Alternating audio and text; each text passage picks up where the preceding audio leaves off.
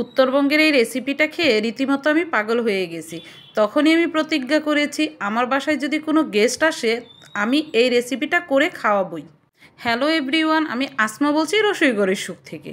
আজকে আপনাদের সাথে শেয়ার করব ছোলার ডালের পোলাও। এই পোলাওটা কিন্তু কোনো সুগন্ধি পোলার চাউল দিয়ে করা না এবং কোনো ডাল দিয়েও করা না। এই পোলাওটা করা আমরা সাধারণ যে ভাত রান্না করি সেই ভাতের চাউল দিয়ে করা এবং বুটের ডাল দিয়ে করা। তাহলে চলে যাচ্ছি মূল রেসিপিতে। চুলায় একটি প্যান বসিয়ে দিয়েছি। তো প্যানে আমি পরিমাণ মতো তেল দিয়ে দিয়েছি। এখানে আপনারা চাইলে ঘিও ব্যবহার করতে পারেন। তো তেলে আমি চাউলটাকে আগে থেকে ভেজে নিচ্ছি।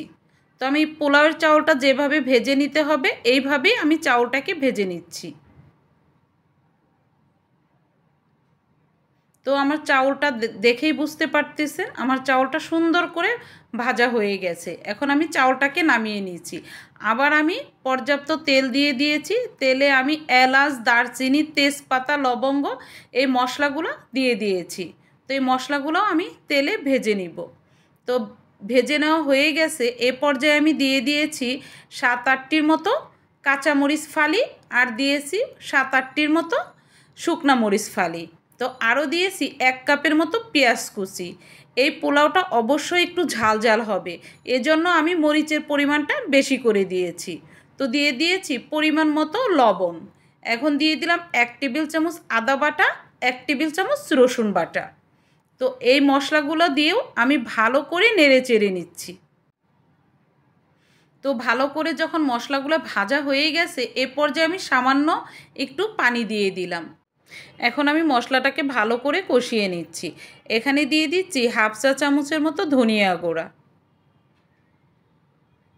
দিয়ে দিচ্ছি 1 চা চামচের মতো মরিচ গুঁড়া, আরও এখানে দিয়ে দিয়েছি 1 চা চামচের মতো জিরার গুঁড়া, আরও দিয়ে দিচ্ছি 1/2 চা চামচের মতো হলুদের গুঁড়া, আরও দিয়ে দিচ্ছি 1/2 চা চামচের মতো গোলমরিচের গুঁড়া। আমি সাদা গোলমরিচের গুঁড়াটা দিয়েছি, আপনারা চাইলে কালোটাও দিতে পারেন। এখন সবগুলো মশলা আমি ভালো করে কষিয়ে নিব। তো আমার মশলাটা ভালো করে কষানো হয়ে গেছে।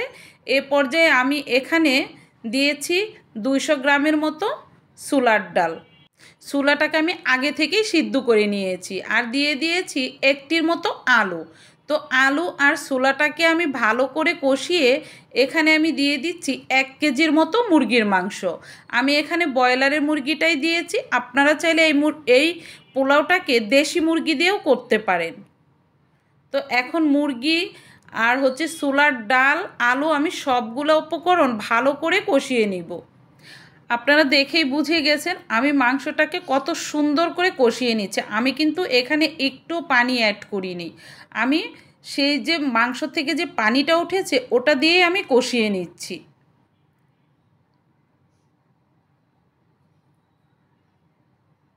তো আমার মাংসটা যখন কষানো হয়ে গেছে এ পর্যায়ে আমি দিয়ে দিয়েছি এখানে 1.5 কাপের মতো সেই চাউলটা। আমি এখানে ভাতের চাউলটাই নিয়েছি, আমি চাউলটাকে আগে থেকেই ভেজে রেখেছি। তো এই চাউলটা দিয়ে আমি উল্টে পাল্টে সব মাংসর সাথে মিশিয়ে নিচ্ছি। তো চাউলটা দিয়েও আমি 5 মিনিটের মতো কষিয়ে নিচ্ছি। আমার চাউল, মাংস এবং সবগুলো ইনগ্রিডিয়েন্টস কষানো হয়ে গেছে। এ পর্যায়ে আমি দিয়ে দিব পরিমাণ মতো পানি। তো পানিটা একটু বুঝে দিতে হবে যেন পোলাওটা ঝরঝরে হয়। পানি বেশি দিলে পোলাওটা আঠালো হয়ে যাবে। তো এখানে আমি পানি দিয়েছি প্রায় 4 কাপের মতো।